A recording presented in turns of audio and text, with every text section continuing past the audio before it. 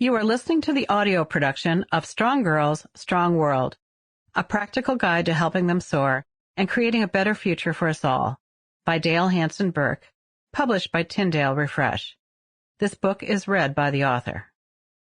For additional material associated with this audiobook, please visit tyndale.life/Strong Girls, Strong World. Introduction. It's personal.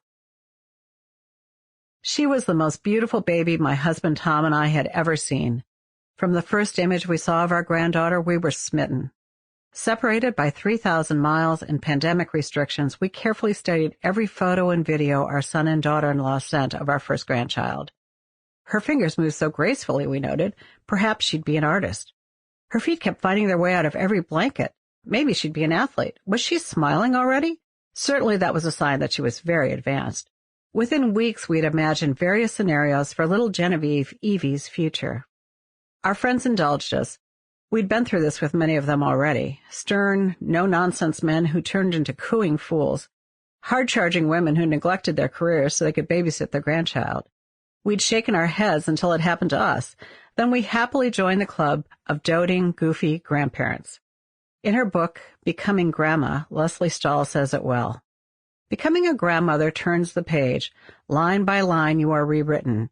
You are tilted off your old center, spun onto new turf. Even before we met her in person, little Evie had rocked our world. The fact is, our granddaughter is special. Of the approximately 385,000 babies born on the same day worldwide, little Evie was already in the top third of her class just by the circumstances of her birth. She was born in a well-equipped hospital in the United States, attended by doctors and nurses, with loving, healthy parents waiting to embrace her. Her mother had taken vitamins, eaten carefully, avoided alcohol, done prenatal yoga, and regularly saw her obstetrician for checkups.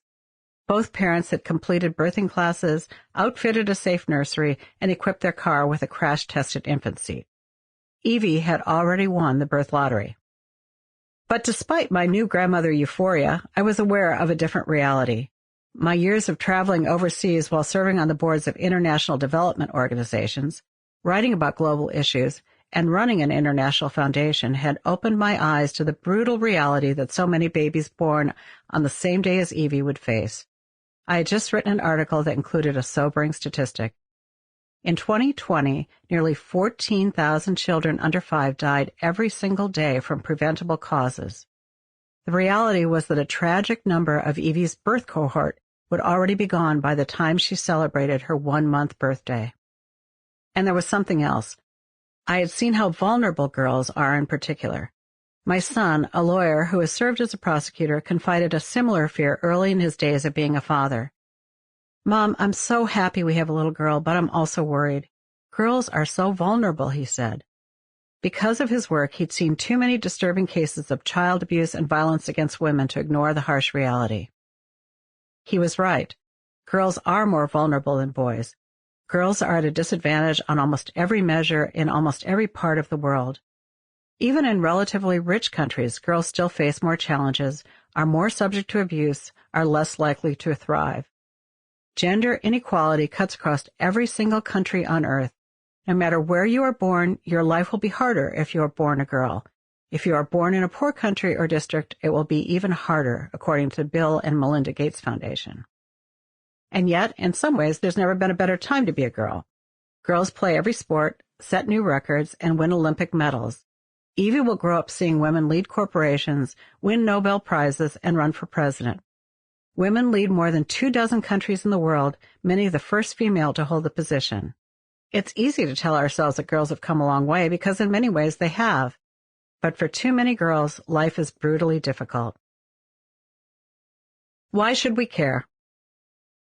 A few months after Evie's birth, I was attending World Vision's Strong Women, Strong World virtual conference. We were learning about some of the challenges girls face and the organizations work to improve their lives when a video came on of a little girl named Shamima. Just 10 years old, this beautiful little girl glowed with confidence as she began to recite a poem called I Want to Marry. She spoke of wanting to marry someday, but not before she enjoyed her childhood and finished school. She said she wanted to wear a graduation gown before a wedding gown. Sample complete. Ready to continue?